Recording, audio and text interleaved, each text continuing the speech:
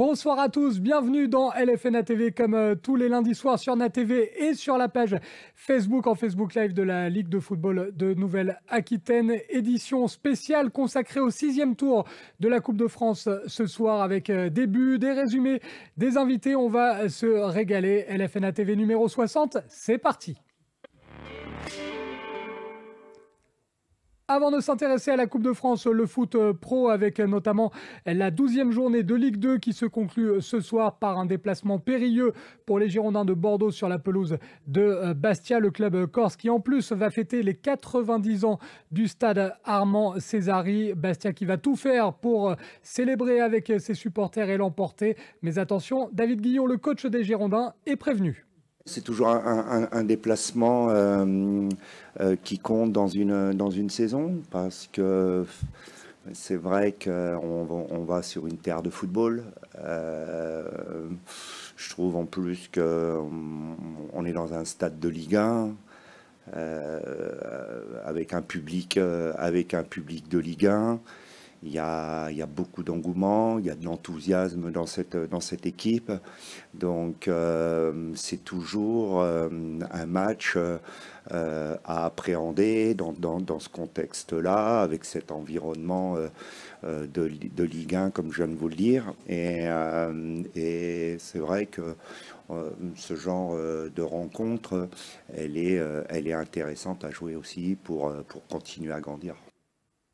David Guillon, le coach des Girondins, avant le déplacement de Bordeaux ce soir, 20h45 sur la pelouse de Bastia, 12e journée de Ligue 2. On débriefera évidemment cette rencontre demain dans le Nasport Show. De son côté, le Pau FC continue sa belle série. Le Pau FC qui confirme son réveil en s'imposant 2-0 sur la pelouse du promu Annecy grâce à des buts de Baswamina et Kofi. Pau qui est désormais 13e du classement. En revanche, pas de miracle pour Niort qui n'y arrive toujours pas. Défaite 3-0 à domicile face à Grenoble. Niort forcément reste lanterne rouge du classement. Le foot féminin désormais avec la 5e journée de D1 Arkema et un mauvais week-end malheureusement pour les clubs de Nouvelle-Aquitaine. 2 défaites en 2 matchs pour Soyaux et pour Bordeaux. Bordeaux qui s'incline 3-1 face à Lyon à domicile. Soyaux a également perdu à la maison avec une lourde défaite contre Le Havre 4-1. Au classement, Bordeaux est désormais 8e. Les 2 équipes se suivent puisque Soyaux est 9e d'un classement toujours dominé par l'Olympique lyonnais devant le Paris Saint-Germain. On ouvre la page consacrée à la Coupe de France avec tout d'abord l'intégralité des résultats du 6e tour concernant les clubs de la région Nouvelle-Aquitaine. 36 buts au total en 13 matchs, 4 séances de tir au but et une hiérarchie respectée. L'exploit du week-end est à mettre à l'actif du FCE Mérignac-Arlac, club de Régional 1. Mérignac-Arlac qui a écrasé l'ES Guérétoise, club de National 3 sur le score sans appel de 3-0. Voici donc en tableau les 13 clubs néo-aquitains qui seront présents au 7e tour et qui pourraient affronter une équipe professionnelle. Au total, 7 districts sont encore représentés avec 4 clubs de Gironde, 2 de Dordogne, Charente et Vienne et un club pour les Pyrénées-Atlantiques, les Deux-Sèvres et le Lot et Garonne. À noter que le tirage au sort de ce 7e tour de Coupe de France aura lieu mercredi à partir de 11h30. On vous proposera sur NatTV une émission spéciale, un 7e tour qui sera joué le week-end du 29 et du 30 octobre. Le petit poussé du 6e tour, le FC Occitane a donc perdu. Vous l'avez vu dans les résultats face à Merpin après 2 exploits contre Lafarge et La Rochelle lors des tours précédents. Le résumé de la rencontre du FC Occitane est signé Twami Nassiri. C'est tout un club, tout un village derrière le petit poussé Occitane FC évoluant en D1 qui veut continuer à marquer l'histoire de son club en recevant les Charentais de Merpin évoluant en R2 pour ce 6e tour de la Coupe de France. Nous sommes à Magnecbourg pour ce 6e tour de Coupe de France. Voilà, on a le beau temps avec nous, c'est jour de fête, il faut se le dire. C'est un bonus ce 6e tour. Donc nous recevons le club de Merpin, Régional 2, nous sommes le plus poussé de la Ligue. Donc on va essayer de porter le plus haut et le plus bellement possible nos couleurs du football de campagne, sachant que le campagne c'est pas du tout péjoratif. Enfin on revendique malgré tout notre football de niveau district rural. Comme d'hab, hein, il fait l'appel, donc appel, tranquille, sortez, vérifiez l'équipement et on re-rentre. On reste soi-même, on joue comme on sait faire. Il y a les copains, les copines, les mamans, les grands-parents, tout ce que vous voulez, toutes les familles. Il y a tout un département pour nous, d'accord? C'est blindé pour nous. On franchit la main courante, c'est pour nous.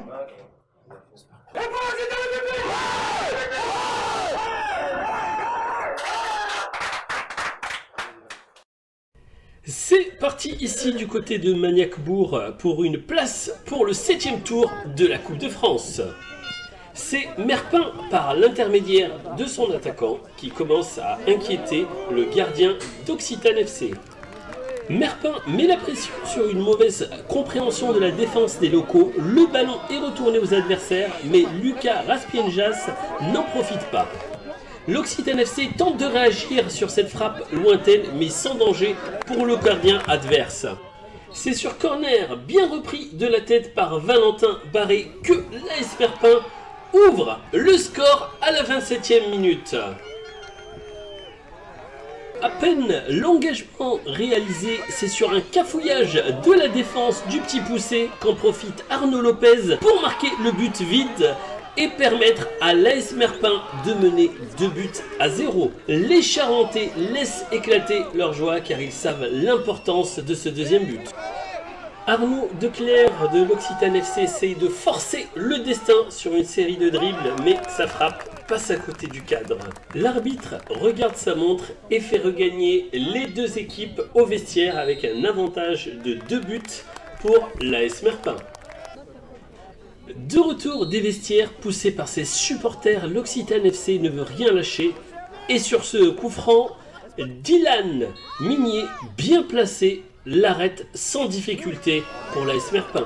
C'est sur coup franc que les visiteurs trouvent une 3e fois le fond défilé par une excellente déviation de la tête de Loïc Vigeant et qui assure certainement la victoire face à une équipe d'Occitane FC qui ne démérite pas par son excellent parcours. Les locaux tentent de réagir pour sauver l'honneur et c'est Damien Surgé qui voit sa frappe passer juste à côté du poteau du gardien adverse. On est dans les dernières minutes de ce match. L'arbitre de la rencontre sanctionne Quentin Lassène pour ce tacle dangereux qui regagne les vestiaires et laisse son équipe à 10 contre 11. Et c'est fini ici, fin du temps réglementaire et le Petit Poucet. Occitane FC peut être fier de son parcours et Merpin qualifié pour le 7e tour de la Coupe de France. Sur cette rencontre, il n'y a rien à dire, ils ont été plus forts que nous. On a essayé de faire notre jeu comme l'entraîneur l'avait dit, faire les compresses et tout. Ils ont été plus forts aujourd'hui, il n'y a rien à dire. Après, niveau parcours, c'est la première fois qu'on arrive jusque-là. On a fait rêver les supporters, les jeunes de notre club, l'équipe féminine par exemple. Et franchement, c'est énorme. On voulait essayer d'aller à Limoges. Dommage. C'est historique, hein? Oui, c'est historique. C'est la première fois que ça arrive parce qu'on n'a pas dépassé le 2e tour, je crois bien, il me semble. Du coup, déjà, on pensait pas arriver là, donc c'est énorme. Après, on fera la fête quand même. Bah écoutez, oui, je pense que c'est mérité cette victoire. On est en 2-0 assez vite. Grâce à un coup de pied arrêté, c'était leur force, mais du coup on en a fait notre force. Et du coup, écoutez, c'est historique, 7e tour, effectivement. Le groupe va bien et il le mérite. Et, félicitations à eux, ils rentrent dans l'histoire du club pour ce 7e tour.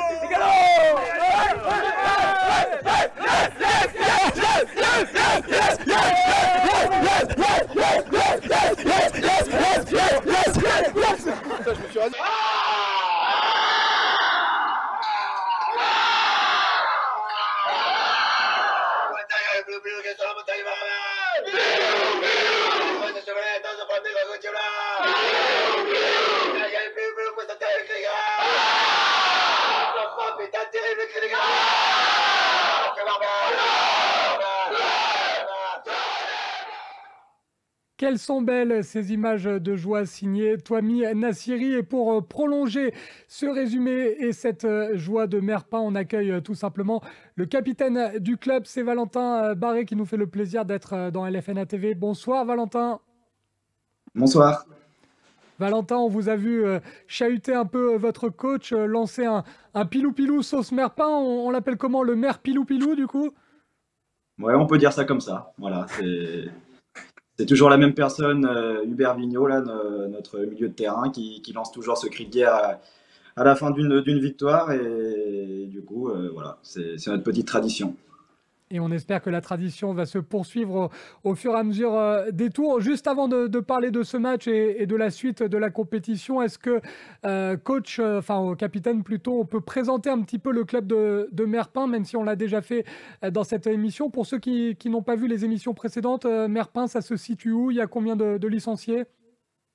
Alors, Merpin, ça se situe en Charente, à 5 km de Cognac.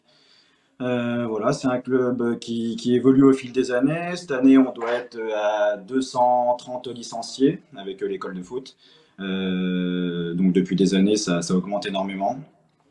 Voilà, donc il y a toutes les catégories de jeunes au sein du club. Voilà, donc qui évolue. L'équipe première évolue en R2 et l'équipe réserve évolue au premier niveau départemental. À noter quand même que c'était le niveau de l'équipe première il y a 5 ans, donc on peut voir l'évolution du club. Grosse évolution, effectivement, avec un superbe travail de l'équipe dirigeante. On avait eu votre coach Romain Rigalo récemment. Vous faites un super travail, d'autant que c'était un match piège, hein, parce qu'affronter le Petit Poucet, on sait que c'est toujours des matchs un petit peu compliqués à aborder. Vous, en tant que capitaine, ça a été quoi la causerie pour que ce soit si sérieux dans le contenu et que la victoire soit si large avec un succès, on le rappelle, 3-0? C'est vrai que les gens autour, quand on en parle, quand on parlait du tirage, nous disent tout le temps, c'est une équipe inférieure, donc ça devrait passer facilement. Sauf que s'il n'y a pas une bonne préparation à l'entraînement, une bonne préparation sur l'ensemble de la journée du dimanche, on peut passer à travers. Hier, on a été mis dans les meilleures conditions par le club avec un départ assez tôt pour pouvoir manger près du stade, avoir les jambes nécessaires pour faire les efforts. Et puis surtout à la causerie, on s'est dit les choses, hein, comme on fait d'habitude, avec un petit bonus pendant la causerie qu'on avait organisé avec un autre joueur, Thibaut Touré. Et puis voilà, ça l'a fait. Surtout, on a respecté le football, on a respecté l'adversaire, avec une belle équipe en face du FC Occitane, dans une très très belle ambiance. Et ça fait plaisir de voir ça dans le foot amateur. On a vu les superbes images de joie signées Touamine Assiri après cette qualification de Merpin. On suppose que la fête s'est prolongée après. Il y a des employeurs qui vous ont laissé prendre un jour de repos ce lundi? Oui, il y en a qui avaient anticipé. Moi, le premier, de prendre ma matinée. Il y en a qui avaient posé leur journée. On avait, après 2h30 de route pour revenir à Merpin, on était attendu par les familles, celles qui n'avaient pas pu venir au stade, par l'équipe réserve qui avait gagné aussi le dimanche après-midi. Donc voilà, c'était une belle fête pour le club. Dans un instant, on va avoir un invité de Boé Bonne Rencontre qui partage désormais un point commun avec vous. Le fait d'être les deux petits poussés de la région Nouvelle-Aquitaine, ça doit être une fierté, mine de rien, pour vous. Oui, c'est une fierté pour nous parce que c'est une belle aventure. On l'avait dit, c'était notre aventure. C'est une fierté pour le club. Voilà, on écrit l'histoire du club. Le record, c'était d'atteindre le 6e tour. Ils avaient perdu au 6e tour. Nous, on l'a atteint et puis on l'a dépassé puisque maintenant, on est au 7e tour. Alors c'est la question, je vais paraître un peu bête ce soir parce que je vais la poser à tous nos invités, mais vous avez remporté les maillots, ça c'est fait. Vous avez battu le record de l'histoire du club, ça c'est fait. Maintenant, on attend quoi, capitaine? On attend Saint-Étienne, on attend Metz, Sochaux, Bordeaux, mercredi lors du tirage au sort pour que la fête soit totale et l'histoire éternelle? C'est vrai qu'on y prend goût à cette aventure. Mais je crois que tous les joueurs, on est unanimes là-dessus. Nous, on veut le plus gros possible, on veut finir en beauté, on veut recevoir le plus gros club possible. Une équipe professionnelle, ça serait vraiment un rêve. À titre personnel, il y a un petit coup de cœur, il y a un petit souhait ou pas du tout, capitaine?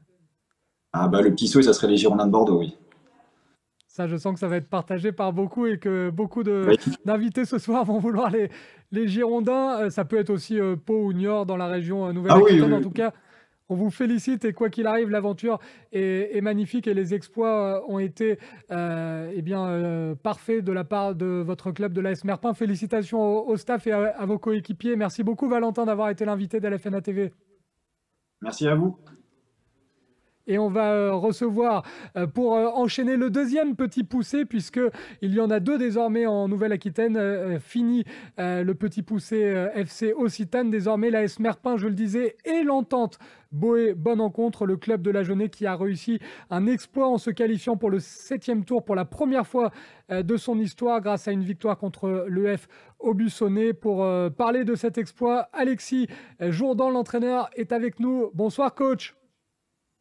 Bonsoir. Coach qui a le sourire, qui a en plus le beau temps, j'ai l'impression. Derrière lui, tous les feux sont au vert, comme on dit. Est-ce que, à l'image de ce qu'on vient de faire avec le club de Merpin, vous pouvez nous présenter un petit peu votre club, l'Entente Boé Bonne Rencontre? Mais oui, tout à fait. Boé Bonne Rencontre, club de R2. On a évolué, le club a évolué jusqu'en R1 il y a quelques années. Et on a 500 licenciés à peu près avec les dirigeants, bien évidemment.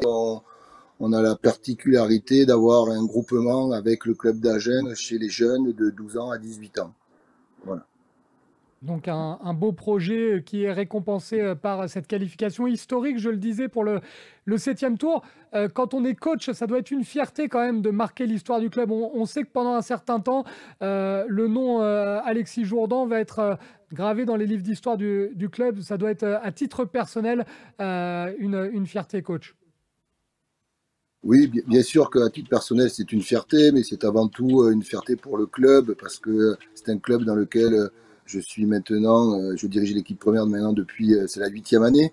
J'ai joué dans ce club il y a une vingtaine d'années, lorsqu'il évoluait en R1. Voilà, j'ai beaucoup d'affection pour ce club. Je vis dans la ville de Bonne Rencontre. Je travaille pour l'agglo d'Agen. Donc c'est vraiment une grande fierté, mais surtout une grande fierté pour amener ce club à ce niveau-là de la compétition et faire parler de lui dans l'ensemble du giron aquitaine. C'est surtout ça qui est très important pour nous. Vous avez travaillé à l'agglo aujourd'hui ou c'était jour de récup, coach? Non, je suis en congé cette semaine. Je suis dans les Landes. Bon, je suppose qu'il y a quand même eu quelques collègues qui ont envoyé des SMS. Oui, tout à fait, oui. Oui, on est très suivis et on a eu beaucoup de messages de soutien et de félicitations de l'ensemble de tous mes collègues qui coachent un petit peu partout et mes anciens collègues joueurs aussi. C'est une très belle aventure, une très grande réussite. On va parler tableau noir, coach, parce que on le sait, il y avait 0-0 à la mi-temps, vous gagnez 2-0 à la fin du match. Quel a été le discours de votre part à la pause dans les vestiaires pour que d'un coup il y ait le déclic et que vous réussissiez à mettre ces deux buts coup sur coup? Mais écoutez, paradoxalement, on a vécu un peu ces situations les tours précédents. Je crois qu'on a cette faculté à l'heure actuelle de ne pas paniquer, d'avoir beaucoup confiance en nous, en nos forces. Et ça nous a permis justement d'être patients et d'ouvrir ce score par l'intermédiaire d'un coup de pied arrêté, parce que le terrain était très difficile à jouer, voire injouable, et il a fallu s'adapter. Je pense qu'on avait une longue route, on a eu 5 heures de bus, ça a été pas facile d'arriver jusqu'à Aubusson, et je pense qu'il nous a fallu une bonne mi-temps pour nous adapter à tout ça, et en deuxième mi-temps, on a su trouver les situations nécessaires par l'intermédiaire des coups de pied arrêtés, qui étaient quand même l'arme pour se qualifier, et aussi les entrées de nos remplaçants qui ont été prépondérants. On vient de poser la question au capitaine de Merpin qui partage avec vous ce statut maintenant de co-petit poussé du 7e tour côté Nouvelle-Aquitaine. On va la poser à tout le monde de toute façon. Vous avez marqué l'histoire du club, vous avez décroché les maillots. On sait que c'est toujours important pour les joueurs de garder les maillots. Maintenant, coach, pour que l'aventure soit magnifique et inoubliable, il faut tirer Bordeaux, Saint-Etienne ou Metz, en tout cas un club de Ligue 2. Je pense que je vais faire une réponse un peu similaire. C'est Bordeaux. En plus, moi, je suis bordelais. Je suis né à Bordeaux. J'ai ma famille à Bordeaux. Et donc, je suis arrivé il y a qu'une vingtaine d'années dans le Lot-et-Garonne. Et jouer Bordeaux serait quelque chose d'extraordinaire pour nous et pour le club. Natif de Bordeaux, effectivement. Coach, ça sera à la maison. Ça sera délocalisé, je suppose, si c'est le cas. Je sais pas. Au niveau réglementation, je pense que oui. Je pense que ça pourrait très bien se jouer à Armandie si ça pouvait se faire. Mais je pense pas qu'on puisse jouer un match contre les Girondins à la maison. Non. Je pense pas que ce soit possible. Et si c'est à Armandie, forcément, ça sera magnifique puisqu'il y a un nouvel écrin absolument splendide. On a vu les images cette semaine de l'inauguration de la nouvelle tribune et on a reçu dans le Nasport Show Jean-François Fontenot. Pour ceux qui ont regardé l'émission, ça serait fabuleux comme cadeau pour votre club de Boë-Bonencontre de jouer dans ce nouveau stade d'Armandie. C'est tout ce qu'on vous souhaite et on vous félicite en tout cas, coach, pour ce parcours incroyable de Boë-Bonencontre. Merci d'avoir été dans LFNA TV. Je vous remercie, c'est très gentil à vous. Le club de Boë-Bonencontre, désormais petit poussé avec le club de Merpin. Et nous, on va filer direction la Charente-Maritime, plus précisément le stade municipal Henri-Chat Locoussol, où Jonzac est passé tout proche de l'exploit face à Châtellerault. Le résumé de la rencontre est signé Victor Pérez-Boucheron. Numéro 9, Clément Pellette. Numéro 10.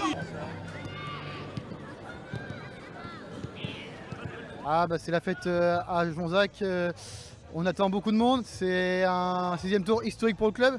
Donc je suis très fier des joueurs et tout le club est derrière les joueurs.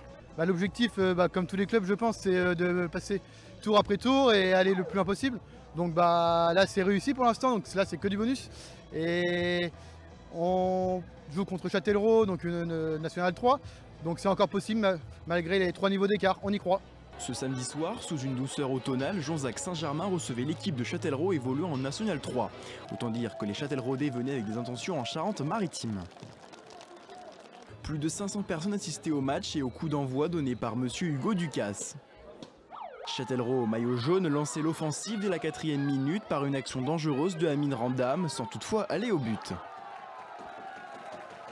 Jonzac qui reprenait la main sur le ballon et dès la 7e minute, Nicolas Brossard tentait d'inquiéter la défense adverse sans trouver les filets. Mais Châtellerault restait vigilant et reprenait le sens du but adverse par son numéro 8 Alexandre Chaffard qui trompe le gardien jonzacais. Châtellerault ouvre donc le score à la 18e minute, 1-0. Il faudra attendre la 25e sur une passe de Nicolas Brossard pour que Clément Pellette trompe Antoine Demazo, le portier de Châtellerault, un but partout.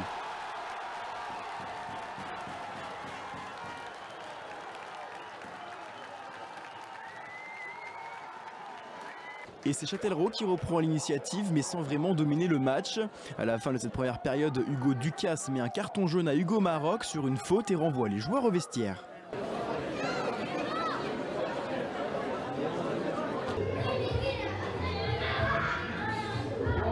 Un match équilibré des deux côtés comme le reflète le score. Monsieur Hugo Ducasse siffle le coup d'envoi de cette deuxième mi-temps où tout reste possible pour les deux équipes. Sur une grosse faute jonzacaise, l'arbitre siffle un penalty. Clément Pellette prend la responsabilité et trompe le portier. Châtellerault mène au score par 2-1.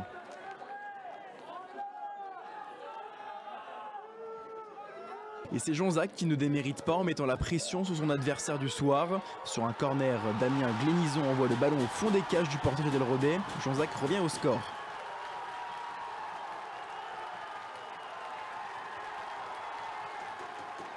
Il faudra attendre le dernier quart d'heure de la fin de cette partie pour que Châtellerault, par l'intermédiaire de son attaquant Romuald Beubien, scelle la victoire de son équipe.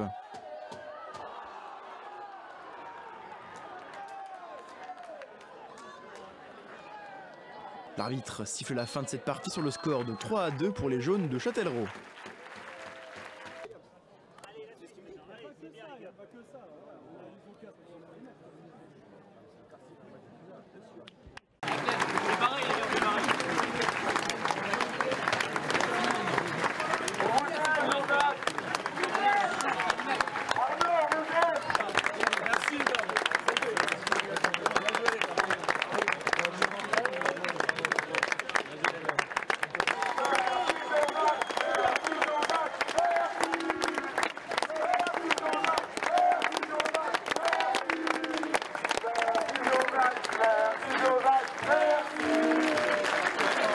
Le parcours est très beau. Certes, on est déçus, mais on est au 6e tour.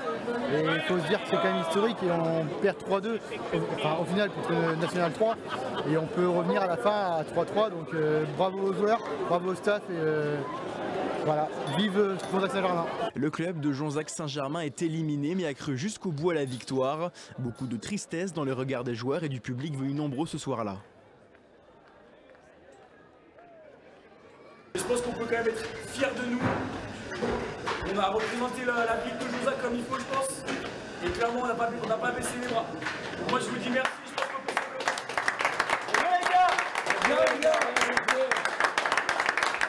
Très beau parcours de Jonzac en Coupe de France et grosse déception des joueurs, comme nous l'explique Nicolas Héron, le président de Jonzac-Saint-Germain. C'est une aventure hors norme et c'est pas tous les ans qu'on fera un parcours comme ça, donc les joueurs peuvent être fiers d'eux et voilà.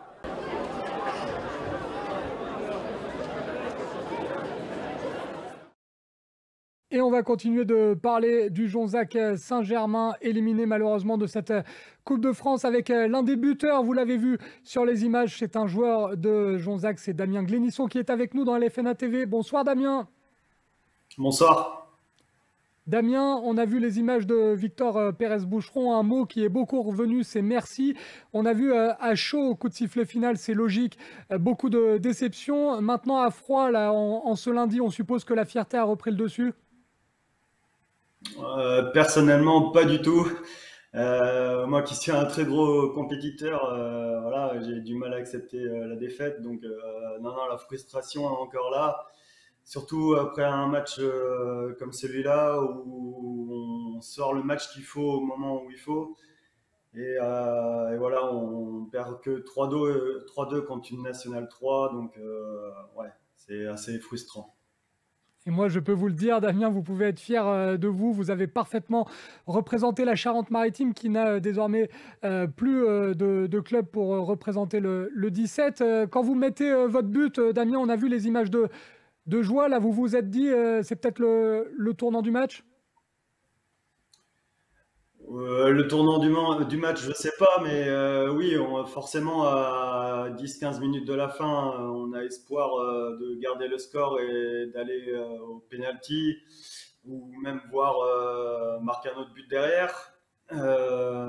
Après, quand on prend le 3-2, ça nous a mis un petit coup derrière la tête, mais bon, malgré ça, derrière, j'ai une grosse occasion de la tête que je mets à côté où on peut égaliser, quoi. Donc, vous avez marqué l'histoire du club, vous avez dignement représenté le département. On a entendu le discours de votre président, les discours dans les vestiaires. Dans 2-3 jours, quand même, vous allez réaliser que cette aventure a été exceptionnelle. Oui, bien sûr, oui. Bah, de toute façon, c'est une très très belle aventure.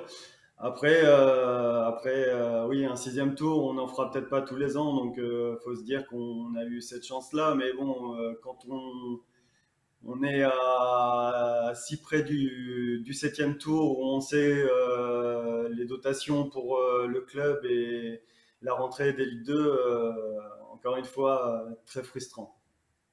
Au niveau justement du public, là on a vu énormément de monde le long de la main courante, énormément de monde en tribune. C'est aussi l'un des points positifs de ce parcours et de cette aventure magnifique, Damien, c'est qu'après des années marquées par le Covid, là il y a des recettes qui sont rentrées au niveau de la buvette, il y a le sourire retrouvé chez les gens, l'envie de venir voir Jonzac, ça c'est forcément que du bonus. Oui, bien sûr. Apparemment, au bord du terrain, il y avait 850 personnes. Donc, oui, très très belle fête. Voilà, avec tous les jeunes autour du stade et qui sont rentrés avec nous. Donc, voilà, c'est super fête. Surtout après les 2 années de Covid, c'est sûr, c'est génial. Je suppose que les mots du coach ont été aussi de vous dire que maintenant il y a le pain quotidien qui va reprendre. Focus sur le championnat, Damien, à partir de ce soir. Oui, bien sûr. Oui. Maintenant, on va se remettre la tête à l'endroit et repartir sur le championnat où, du coup, avec la Coupe de France, on est à quelques matchs de retard. Et voilà, on va essayer de prendre les matchs les uns après les autres et essayer d'aller chercher les premiers rôles, quoi, d'aller jouer ces premiers rôles pour pourquoi pas en fin de saison aller chercher quelque chose. Et en tout cas, au nom du district de la Charente-Maritime, on vous félicite, Damien. On espère que la déception va rapidement filer pour laisser place eh bien, à la fierté et à la hargne de bien finir en championnat. Merci beaucoup, Damien, d'avoir accepté l'invitation d'LFNA TV. Merci à vous, c'est gentil. Damien Glénisson, joueur du Jonzac Saint-Germain, qui était avec nous. Maintenant, on va parler du plus grand exploit à coup sûr de ce 6e tour de la Coupe de France concernant la Nouvelle-Aquitaine. Il a eu lieu en Gironde, précisément au stade Joseph-Antoine Cruchon, où Mérignac-Arlac, club de Régional 1, recevait l'ES Guérétoise, pensionnaire de National 3. Résumé de cet exploit, c'est signé Florian Sabatier. Le coup d'envoi, François, vient d'être donné ici à Mérignac.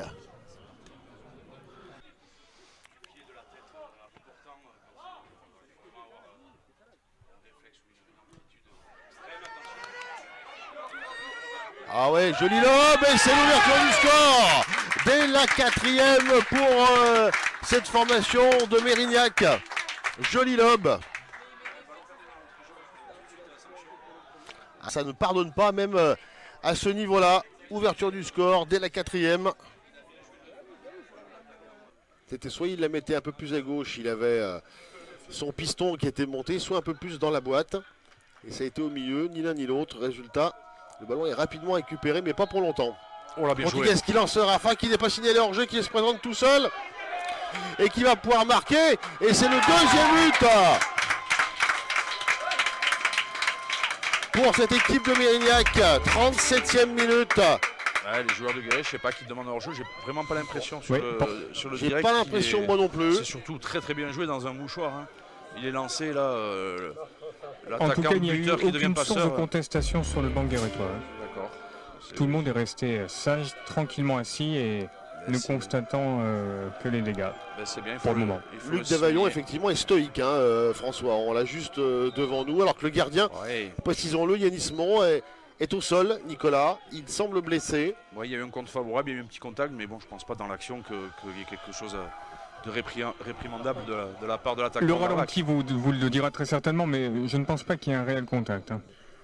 Non, et puis s'il y a, comme je vous dis, c'est un contre. C'est dans le jeu, ouais, ça semble dans le jeu contre-favorable. Mais bon, voilà, hein, comme on le disait, Guéret était mieux dans son match, arrivait à remettre le pied sur le ballon, mais n'était pas du tout dangereux. Et on sent bien que cette équipe d'Arlac, sûre de sa force et de son jeu, à n'importe quel moment, avec des joueurs de qualité comme ça dans les petits périmètres, à l'image de l'action de ce but magnifique, est capable, les attaquants d'Arlac sont capables à n'importe quel moment de trouver et de faire des différences. Et puis François, à tous les niveaux, on s'aperçoit que quand on ne marque pas dans ces temps forts, et bien très souvent derrière, on est souvent puni. Ouais. Et monsieur Aurélien Grison, François, qui siffle la fin de cette première période sur le score, rappelons-le, de 2-0. Les buteurs, c'est Portugaise dès la 4e et le capitaine de cette formation de Mérignac qui double le score à la 37e. Et on va rapidement voir dans ces premières minutes si la causerie de Luc Davaillon a été intense, claire et précise, alors que là déjà un contre avec Blanc qui récupère un ballon. Que qui soient le plus nombreux possible à avoir la chance de connaître ces belles aventures et épopées de Coupe de France. Avec attention. Des Ganello peut-être le 3e but là, on est 1 minute 30 à jouer dans le temps réglementaire. Le 3e but. Encore le gardien. Et échec de Sagajuli et c'est au fond. 3-0.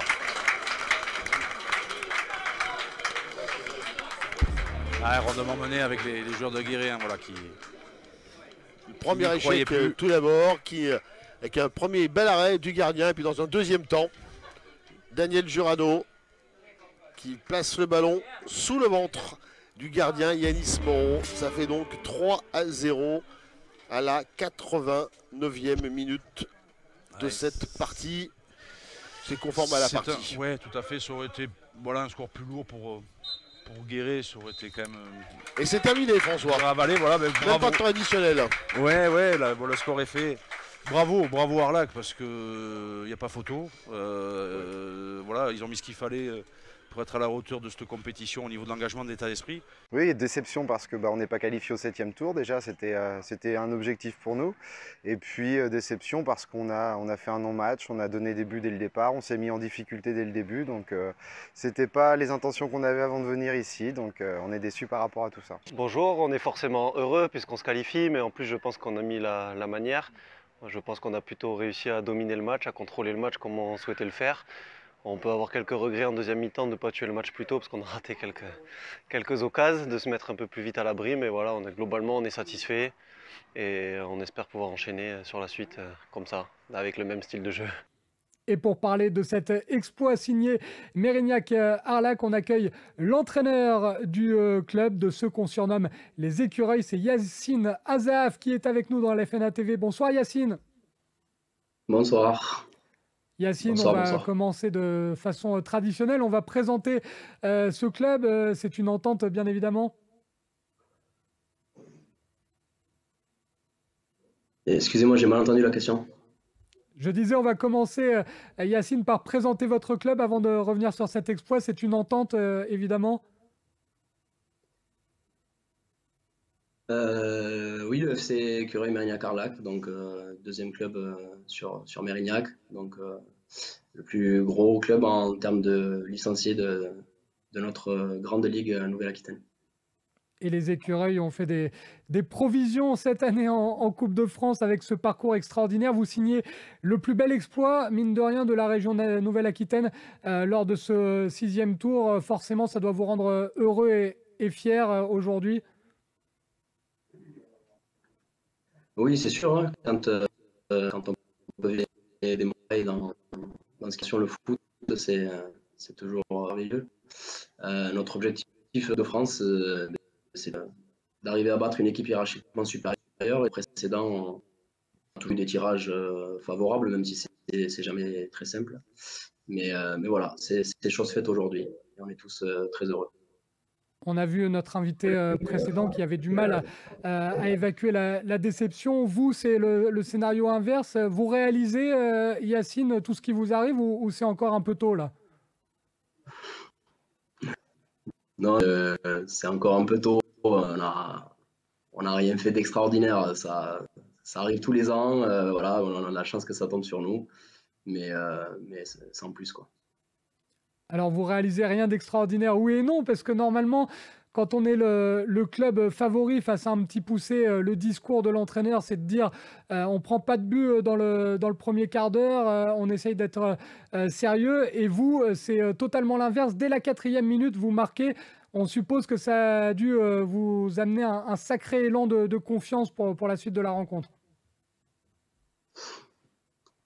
Oui, c'est sûr que par rapport au contexte, on n'a pas changé notre façon d'aborder les matchs, ni le plan de jeu, etc. On a un projet de jeu, on s'y tient, on gagne avec et on perd avec. Donc, dès le début du match, on a fait ce qu'on sait faire, voilà, aller chercher l'adversaire, essayer de dominer la rencontre, contrôler le jeu, avoir le ballon, et c'est ce qu'on a fait du début jusqu'à la fin, et ça fait 3-0 à la fin. Voilà.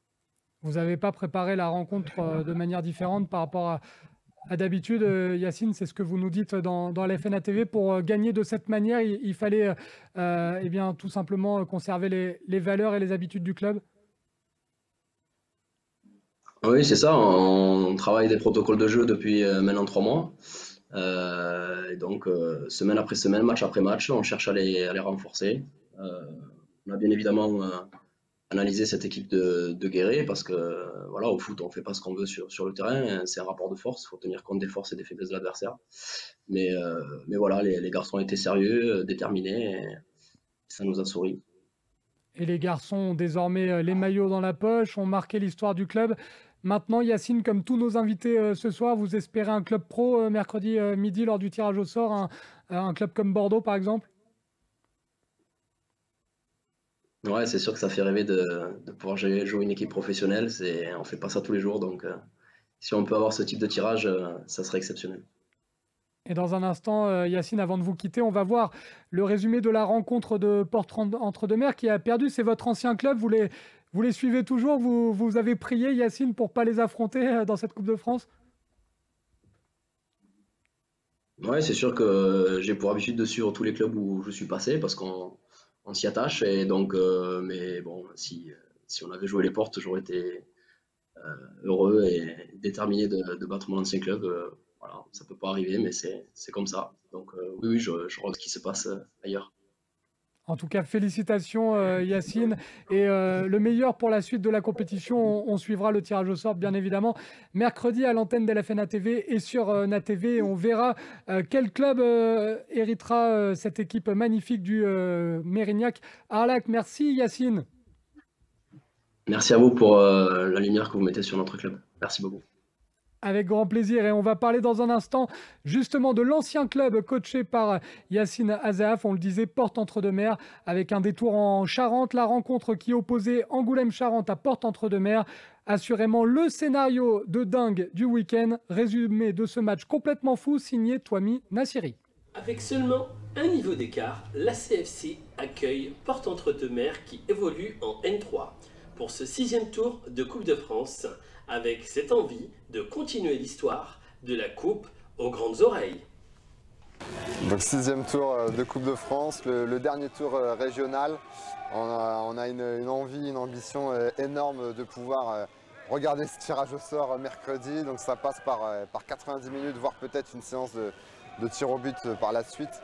Donc la Coupe de France pour nous, ça reste et ça sera toujours quelque chose de extrêmement fort. Voilà, dans notre projet où l'humain est au cœur, c'est un facteur décisif, l'aspect humain, de vivre une aventure Coupe de France et éventuellement une épopée. On a tellement envie d'y goûter, tellement envie de connaître ça à nouveau et encore pour pouvoir faire venir le maximum de Charentais ici à Le Bon. Donc ça passe par un gros match des garçons aujourd'hui en espérant que la qualif sera au bout. Il n'y a que ça qui compte. La CFC évoluera en blanc et Porte-Entre-Deux-Mers en bleu.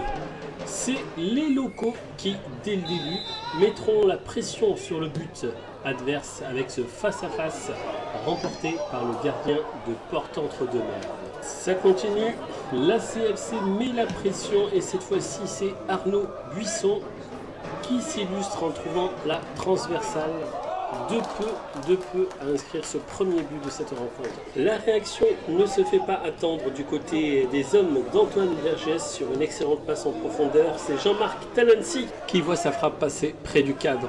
On le retrouve sur cette passe en profondeur à Junki Nakayama qui passe entre deux défenseurs et délivre une passe en entrée à Jules Ible qui met le ballon au fond des filets et qui permet à Porte-Entre-Deux-Mers de mener par 1-0. C'est dans les arrêts de jeu de cette première mi-temps que la CFC trouve les filets du portier Yazid Mokfi et permet de revenir au meilleur moment de la rencontre à 1-1 juste avant que l'arbitre siffle la fin de cette première période.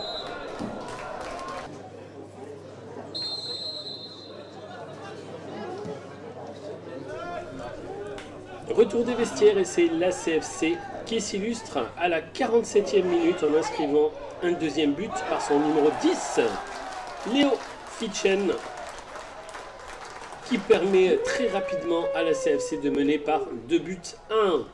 La réaction ne se fait pas attendre du côté de Porte-Entre-Deux-Mers, bien servi.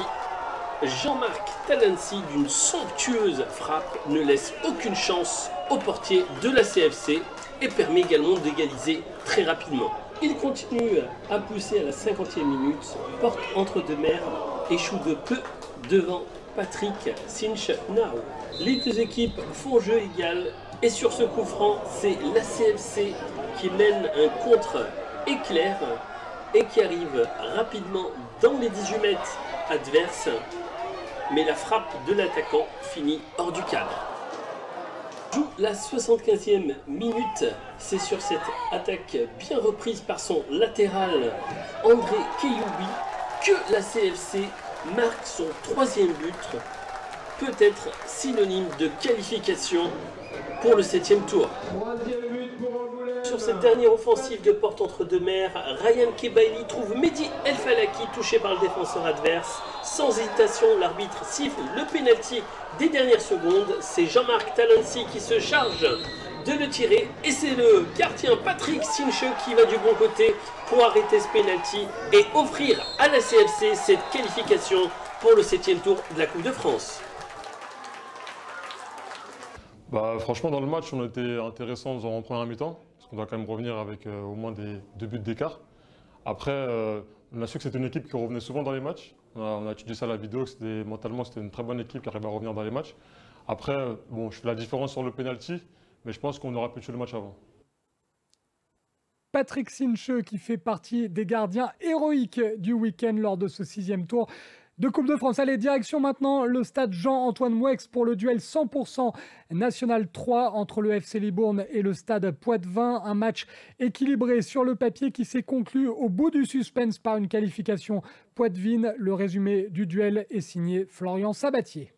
S'il y a bien un choc parmi ce 6e tour de Coupe de France, il s'agit bien évidemment du FC Libourne contre le stade Poitevin, qui oppose le leader de la Nationale 3 contre son dauphin. Les clubs ne sont séparés que de 2 petits points, un match très important pour tout l'organigramme du club aquitain qui veut continuer son aventure et cela passe par une qualification et une victoire pour réaliser sans doute un ascendant psychologique pour la suite du championnat. On tombe sur une équipe qui va jouer au ballon, c'est pas déplaisant non plus par rapport à ce que nous on veut produire et l'avantage, si on peut dire, l'avantage c'est qu'on est à la maison, donc notre public sera là pour nous encourager et je pense que ça peut être intéressant.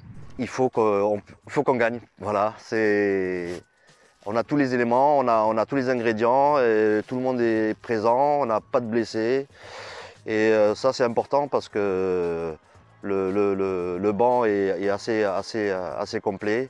Je suis pas inquiet, on va faire ce qu'on peut et puis que le meilleur gagne, hein, tout simplement. Hein. Une affiche qui livrera donc son lot de vérité à partir de 17h45. Une nouvelle page de l'histoire de Libourne avec la Coupe de France devrait s'écrire du côté du stade Jean-Antoine Moueix dans une ambiance que seule la vieille dame est capable de nous procurer. Début de ce 6e tour de Coupe de France qui oppose le FC Libourne au stade Poitevin. Dès les premiers instants de la partie, ce sont les locaux qui vont se mettre en évidence. Tanguy Guerrino va s'y prendre à 2 fois pour réaliser un centre, mais le ballon n'inquiète pas le portier adverse. Libourne insiste devant son public et sur un jeu à 3, Soufiane Bahassa va avoir un face-à-face avec le gardien qu'il ne parvient pas à conclure.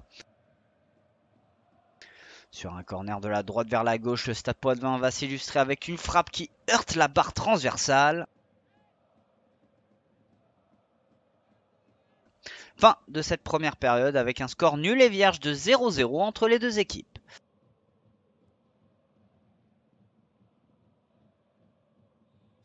Au retour des vestiaires, l'intensité va monter d'un cran.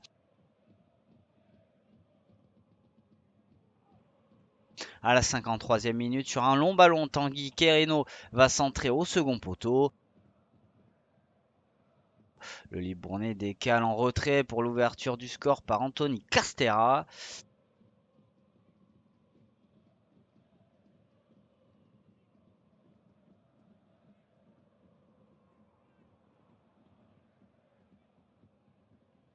Mais le leader de la Nationale 3 n'est pas en reste puisque quelques minutes plus tard, après un ballon récupéré très haut, Yvan Kibundu va décocher un vrai missile en pleine lucarne pour l'égalisation.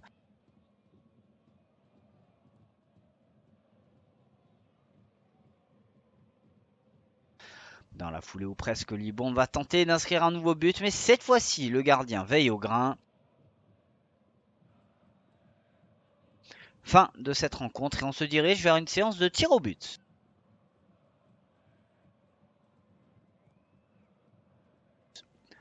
Le premier joueur s'élance et prend le gardien à contre-pied. C'est au tour de Libourne et le gardien Poitevin lit bien la trajectoire pour arrêter le tir. Au tour de Christopher Fourmi de marquer et de réaliser un mini-break. Quentin Dousseau s'élance et laisse Libourne dans le match. Sous la pression du public, Yvan Kibundu rate sa tentative. Soufiane Bahassa remet les deux équipes à égalité. Manas Enza, lui, inscrit aussi son tir au but. Au culot, Théo Montavi réalise une superbe panenka.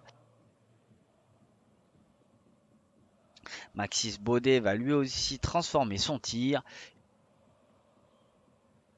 Et sur l'ultime sentence, le gardien poitevin va réaliser la parade et permettre aux visiteurs de se qualifier pour le 7e tour de la Coupe de France.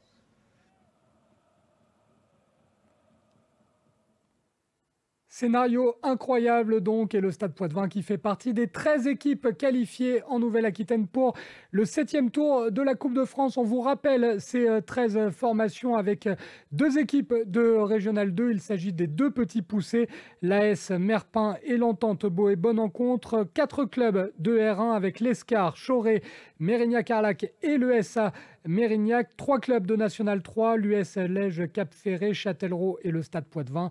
Et puis 4 clubs de National 2, le Stade Bordelais, Angoulême CFC, Trélissac FC et Bergerac Périgord. Le tirage au sort du 7e tour aura lieu mercredi à 11h30 du côté de Clairefontaine et les matchs auront lieu, eux, le week-end du 29 et 30 octobre. On referme cette émission numéro 60 d'LFNA TV avec Octobre Rose, vous le savez. NATV et la Ligue de football de Nouvelle-Aquitaine s'associent à cet événement de la Ligue contre le cancer pour mettre la lumière sur l'importance du dépistage du cancer du sein. Tout au long de ce mois d'octobre, les clubs de foot organisent des événements pour lever des fonds et pour lever des tabous. Le club de l'US Le Dora, accompagné par le district de la Haute-Vienne, a mis en place le 8 octobre dernier le tournoi rose, un tournoi féminin suivi par la caméra de Touami Nassiri pour LFNA TV.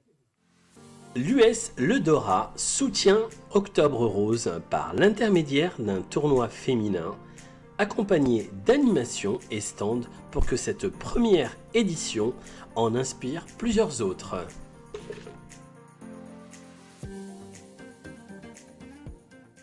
Je vous présente aujourd'hui notre projet Octobre Rose au club de foot du Dora. Une idée qui est venue après une réunion de bureau il y a un peu plus d'1 an. Et du coup, notre pôle féminisation nous a proposé ce projet voilà, avec un tournoi féminin la journée. Et puis du coup, on a pu rajouter pas mal d'idées pour ajouter un petit plus au niveau de cette journée. Donc du coup, on a prévu des animations, des stands de prévention avec la Ligue contre le cancer du sein.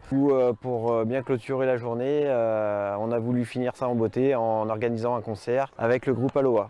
Donc voilà, un beau projet qui vient du pôle féminisation du club. Voilà, on travaillait sur la structuration du club et du coup voilà un beau projet qui vient succéder à tout un tas d'autres projets qui servira bien sûr à améliorer l'image du club et du coup voilà une belle journée pour la féminisation aujourd'hui. Le beau temps est là et donc voilà, c'est une belle journée qui s'annonce. Je suis chargée de mission auprès du président de district de la Haute-Vienne, M. Timothée Johnson, qui sera là cet après-midi. Donc moi je suis chargée de mission pour la féminisation du foot féminin en Haute-Vienne, pour les dirigeantes, pour toutes les femmes qui veulent s'impliquer dans le foot en Limousin et partout en France. Voilà, donc je souhaite une excellente journée à tous les participantes et à tous les participants, tous les bénévoles qui ont œuvré pour avoir une belle journée et avec le soleil. Voilà. Aujourd'hui, nous sommes réunis pour soutenir Octobre Rose, cette campagne nationale destinée à sensibiliser les femmes à la prévention des cancers du sein et à récolter des fonds pour la recherche. Pour nous accompagner aujourd'hui entre les matchs de football de l'Union sportive de Rachonne, nous avons la Ligue contre le cancer, nous avons plusieurs stands de bien-être et de prévention. Nous avons une diététicienne qui va être ici avec nous et qui va nous aider à équilibrer nos repas. Nous avons également Aland, notre société Aland. On a la chance d'avoir un fabricant de lingerie féminine ici sur le Dora, donc qui nous propose de la lingerie adaptée post-opératoire. On est ici au Dora pour représenter les femmes qui sont atteintes du cancer du sein. On est là, on s'amuse, on fait aussi notre passion, notre sport qu'on aime. Et c'est cool parce que pour représenter les femmes atteintes du cancer du sein, c'est pas quelque chose.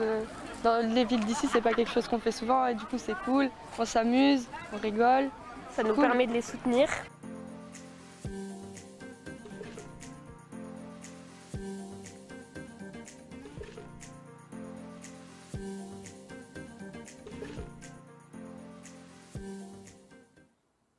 Et bravo au club de l'US Le Dora et à la Ligue de Nouvelle-Aquitaine, au district de la Haute-Vienne pour ce superbe tournoi, le tournoi rose. Si vous voulez en savoir plus sur le dépistage contre le cancer du sein, vous allez sur le site d'Octobre Rose. LFNA TV numéro 60, c'est désormais terminé. Je remercie Clément Darbieux à l'édition, Paul Maison-Regnault à la réalisation de cette émission. Merci à vous de nous avoir suivis. LFNA TV, comme d'habitude, disponible en replay sur les pages YouTube et Facebook de la Ligue de football de Nouvelle-Aquitaine. Quant à nous, on se retrouve mercredi midi pour suivre en direct le tirage au sort du 7e tour de la Coupe de France et voir si les Girondins de Bordeaux, Pau ou Niort jouent face à un autre club de Nouvelle-Aquitaine. D'ici là, portez-vous bien et n'oubliez pas, professionnels ou amateurs, le foot en championnat ou en coupe, ça reste un jeu.